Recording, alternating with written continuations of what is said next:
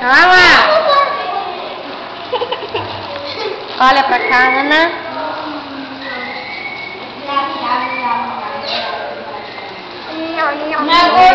Ana Clara, Débora, Fernando Castotti, João. Tô pensando que vou ir passando, tá? Meu amigo Gustavo. Todos eles se transformaram em coelhos da Páscoa.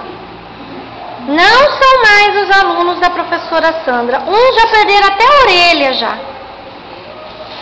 3 já perderam. Fernando. Gustavo de novo. Eu não perdi. Isso. Tô pensando em ir passando de novo, tá? Todo mundo agora vira pra cá e dá um feliz Páscoa pra família de vocês.